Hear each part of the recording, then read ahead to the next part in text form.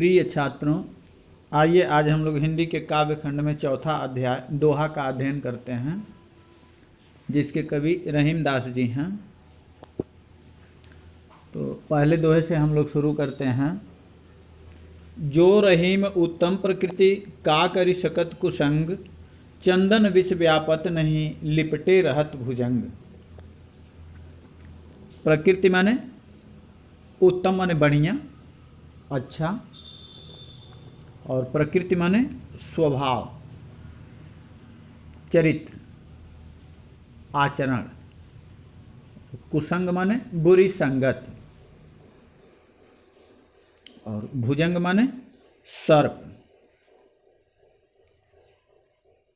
तो एक बारी संदर्भ देख लीजिए कि प्रस्तुत दोहा रहीम दास जी द्वारा रचित रहीम ग्रंथावली से हमारी पाठ्य पुस्तक हिंदी के काव्य खंड में संकलित दोहा शीर्षक से अवतरित है।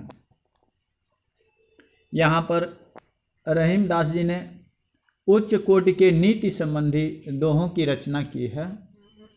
प्रस्तुत दोहे में उत्तम प्रकृति तथा चरित्र की दृढ़ता पर प्रकाश डाला गया है।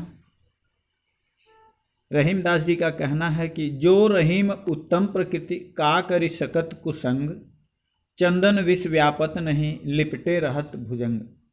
यानी रहीम दास जी कहते हैं कि जो उत्तम स्वभाव और दृढ़ चरित्र वाले व्यक्ति होते हैं, जिन लोगों का चरित्र उत्तम होता है, जिनका स्वभाव उत्तम होता है और दृढ़ चरित्र वाले होते हैं,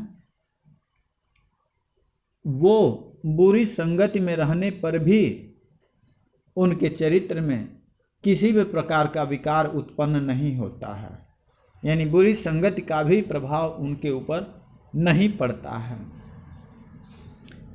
ठीक उसी प्रकार से उदाहरण देकर के समझा रहे हैं कि चंदन विष व्यापत नहीं लिपटे रहत भुजंग। जिस प्रकार चंदन विष व्यापत नहीं, यानी चंदन के वृक्ष पर लिपटे रहत भुजंग, चंदन के वृक्ष पर चाहे जितने भी विषैले सर्प लिपटे रहें, जितने भी जहरीले सर्प कितना हो लिपट जाएं, कितना हो उससे सटे रहें, परंतु उस चंदन वृक्ष पर सर्पों के विष का थोड़ा भी प्रभाव नहीं पड़ता है। यानी चंदन का वृक्ष अपने सुगंध और शीतलता के गुण को छोड़कर कभी भी जहरीला नहीं हो जाता है। इसी प्रकार सज्जन भी अपने सद्गुणों को कभी नहीं छोड़ते हैं।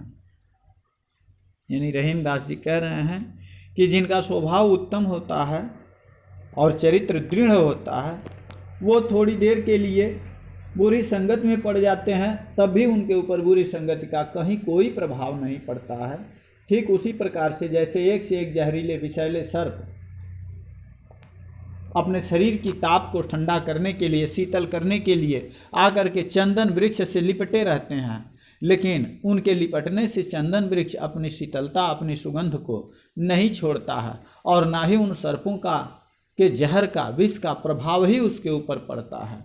उसी प्रकार से जो उत्तम चरित्र वाले लोग होते हैं, जो सज्जन होते हैं, वो भी जो है अपने सद्गुणों को कभी छोड़ते ही नहीं हैं, कभी नहीं छोड़ते हैं। यहाँ पर दृढ़ चरित्र और उत्तम स्वभाव वाले व्यक्तियों के चरित्र पर बुरे चरित्र वाले व्यक्ति के बुरे आचरण का प्रभाव नहीं होता है, ये बताया गया है। भाषा ब्रज भाषा है, रस शांत रस है और छंद दोहा है। आगे देखिए, रहीमन प्रीति सराहिए मिले हो तरंग दून, ज्यों जर्दी हरदी तजय तजय सफेदी चून। दून माने दुगुना और प्रीति माने प्रेम की, सराहिए माने सराहना करिए, तजय माने त्यागना या छोड़ना, जर्दी माने पीलापन को, और चून माने चूना। यानी इस दोहे में सच्ची प्रीति की विशेषता पर प्रकाश डाला गया है। सच्ची प्रीति, सच्चा प्रेम क्या होता है, उसी पर प्रकाश डाला गया है। रहीमदास जी कह रहे हैं कि रहीमन प्रीति सराहिए, मिले हो तरंग दून। यानी रहीम कवि कहते हैं कि उसी प्रेम की प्रशंसा करनी चाहिए, उसी प्रेम की सराहना करनी चाहिए जिसमें दोनों प्रेमियों का प्रेम मिलकर दुगुना हो जाता है। मिले हो तरंग दून, यानी जहाँ दोनों मिलते हैं तो उनका प्रेम जो है दो गुना हो जाता है। ज्यों जर्दी हरदी तजय, तजय सफ़ेदी चून। यानी दोनों प्रेमी अपना अलग अलग अस्तित्व भूलकर एक दूसरे में समाहित हो जाते हैं।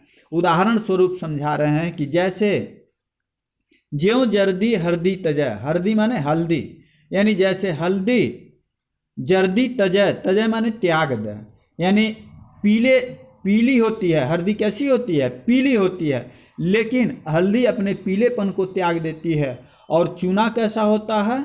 सफ़ेद। चूना सफ़ेद होता है, लेकिन चूना भी जो है अपने सफ़ेदी को त्याग देता है। और जैसे ही ये दोनों जब मिलते हैं तो अपने अपने अस्तित्व को, यानी हल्दी पीली होती है तो अपने पीलेपन को, और चूना सफ़ेद होता है तो अपने सफ़ेदी को, ये दोनों मिल करके एक नया उत्तम वर्ण लाल रंग बना देते हैं। यानी हल्दी अपने पीलेपन को और चूना अपनी सफ़ेदी को छोड़कर एक रूप हो जाते हैं। दोनों का कोई अस्तित्व नहीं रहता है, दोनों का एक अलग ही रूप हो जाता है, उत्तम वर्ण हो जाता है, और वो होता है लाल रंग। सच्चे प्रेम में भी ऐसा ही होता है। यानी रहीमदास जी कहते हैं कि उसी प्रेम की सराहना करनी चाहिए जिसमें दोनों प्रेमियों का प्रेम मिलकर दुगुना हो जाता है।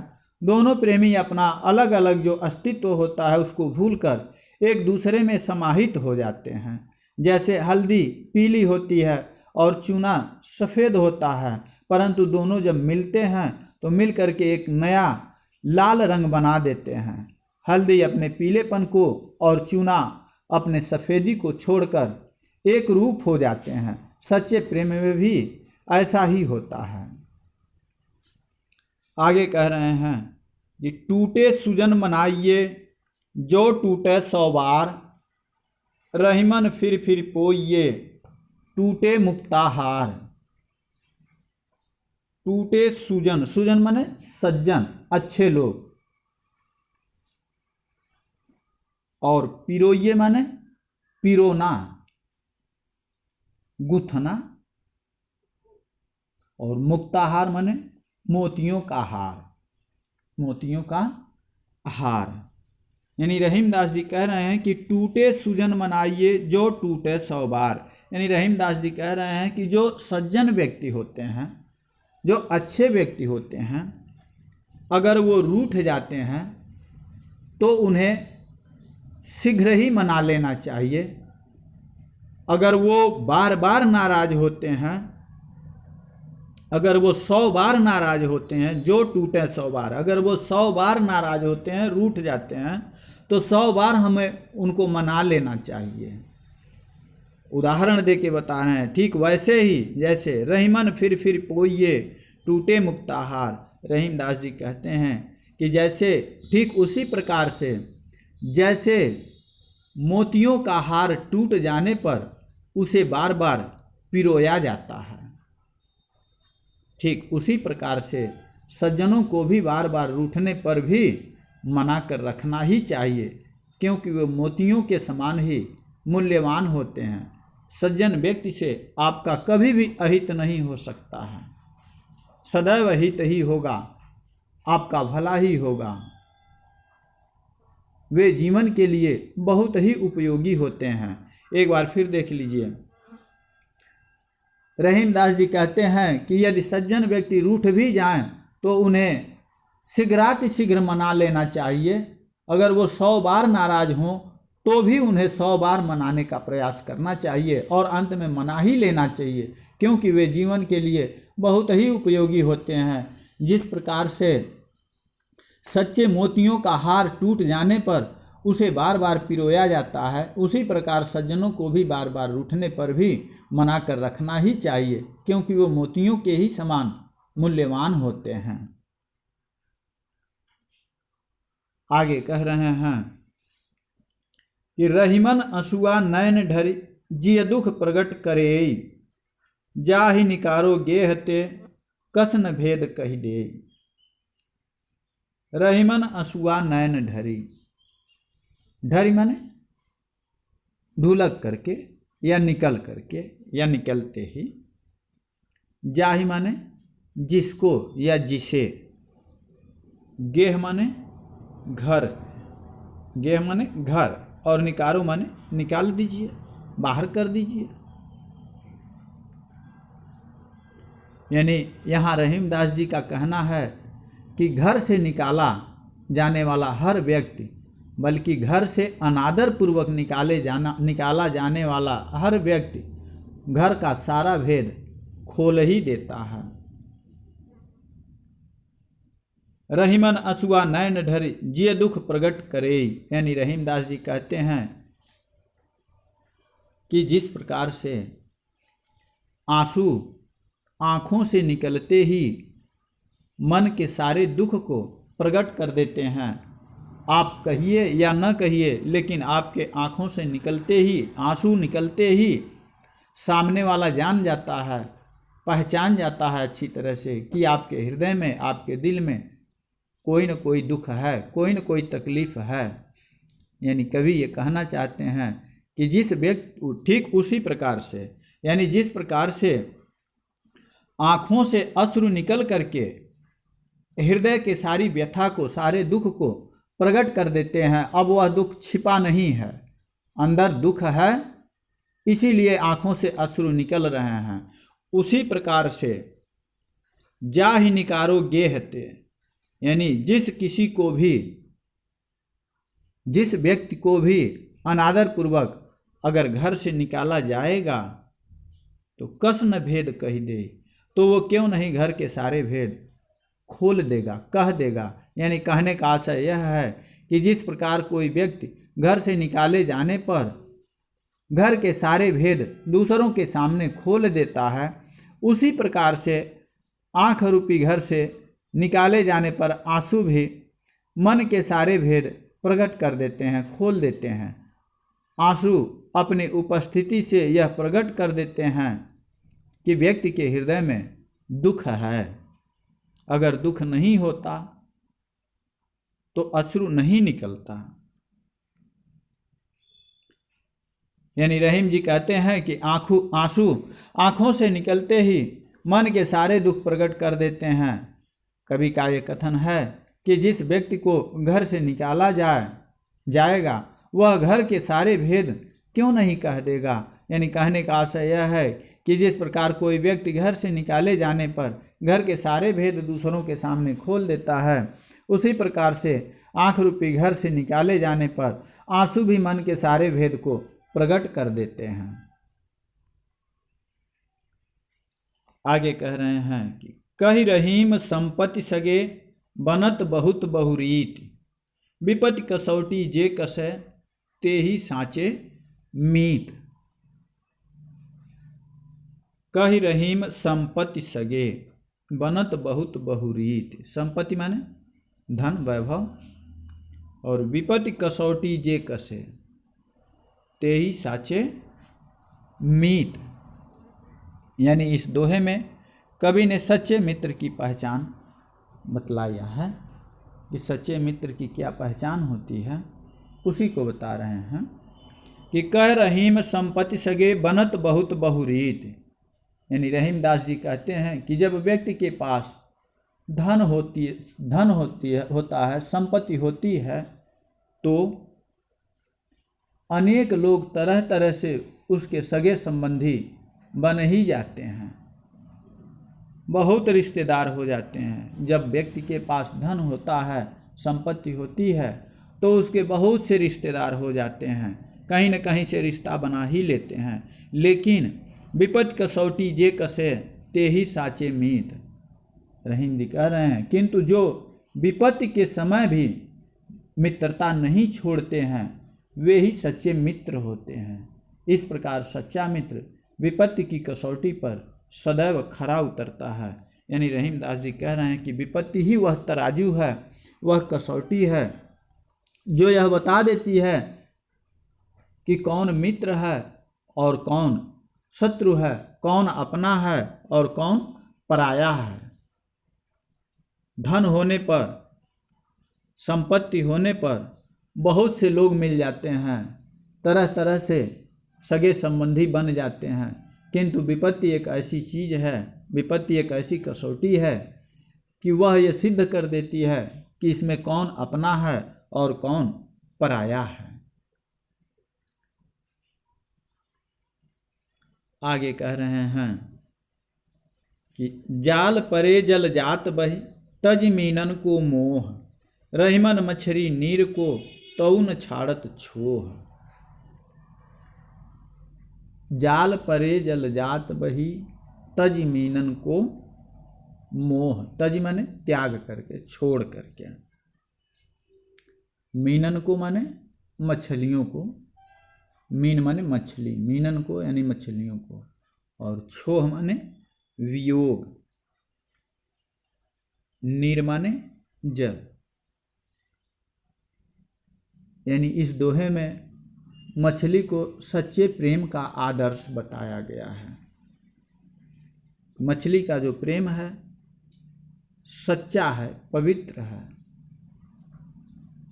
जल के बिना वह जीवित ही नहीं रह सकती है। यही यहाँ पर रहीमदास जी बता रहे हैं कि जाल परे जल जात बही तज मीनन को मोह, यानी जाल परे जल जात बही, जाल जब पड़ता है, जब मछली पकड़ने के लिए नदी में जाल डाला जाता है तब मछली जाल में फंस जाती है और पानी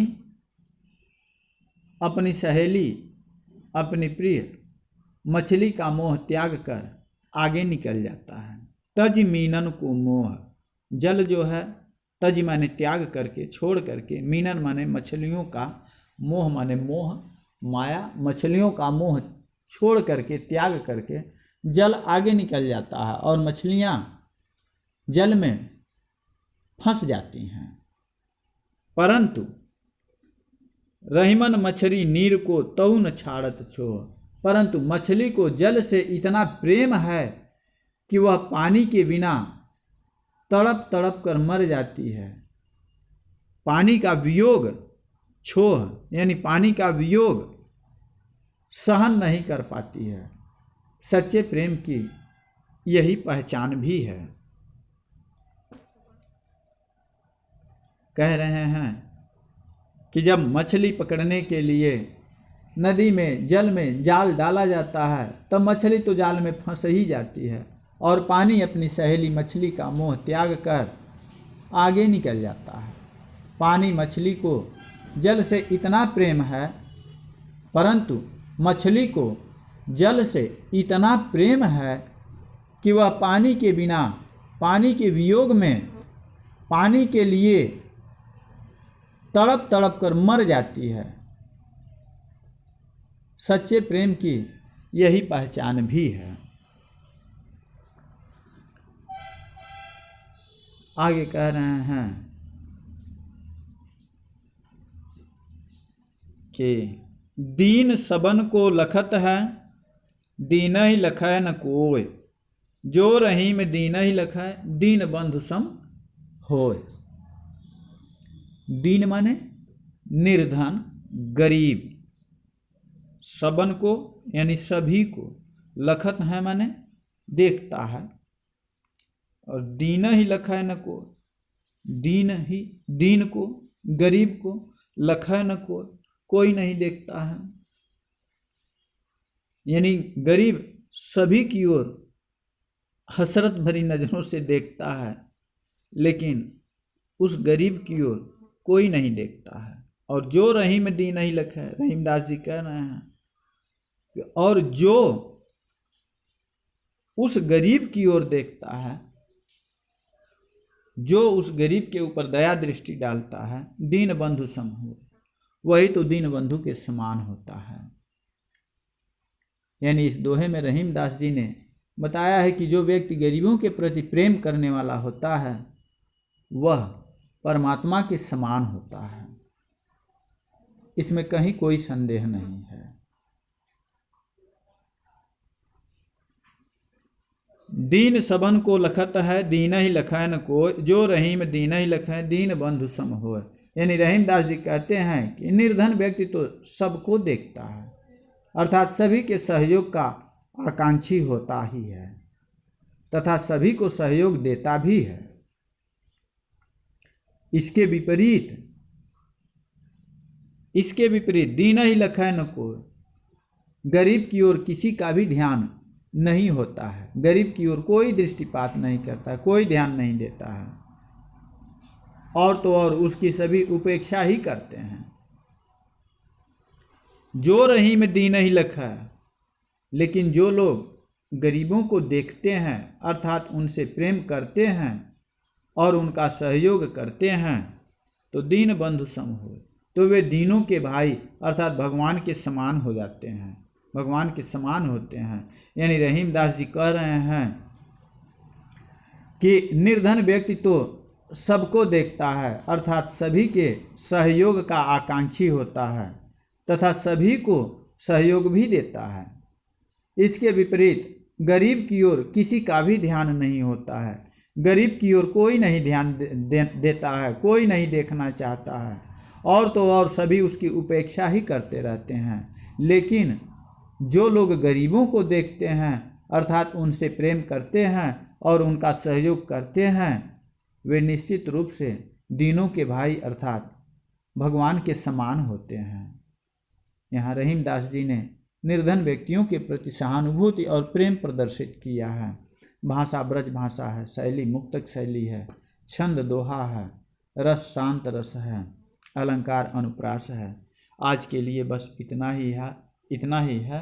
आप इसमें जितने भी दोहे आपके पुस्तक में दिए गए होंगे अभ्यास प्रश्न में, उनको देख करके उन प्रश्नों का, उन दोहों का संदर्भ सहित व्याख्या निश्चित रूप से कर लीजिए और अपनी कॉपी को भी दिखाते रहिए।